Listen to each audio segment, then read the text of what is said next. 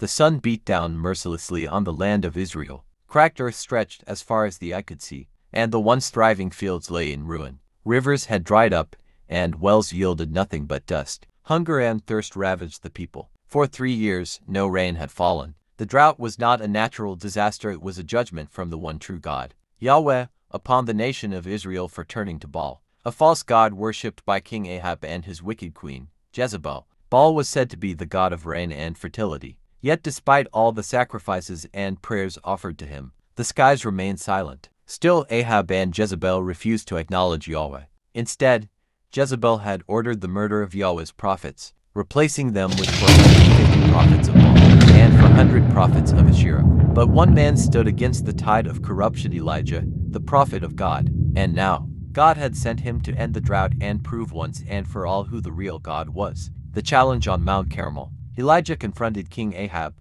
The king's eyes burned with hatred. "Is that you, you troubler of Israel?" he sneered. Elijah did not flinch. "I have not troubled Israel," he replied, "but you and your father's house have, because you abandoned the Lord and followed Baal.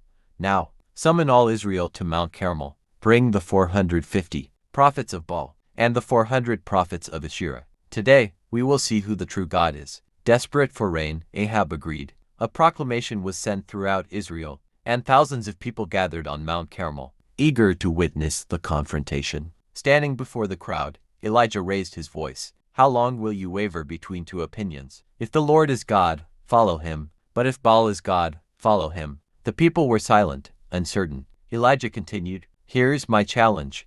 Let us build 2 altars, one for Baal and one for Yahweh.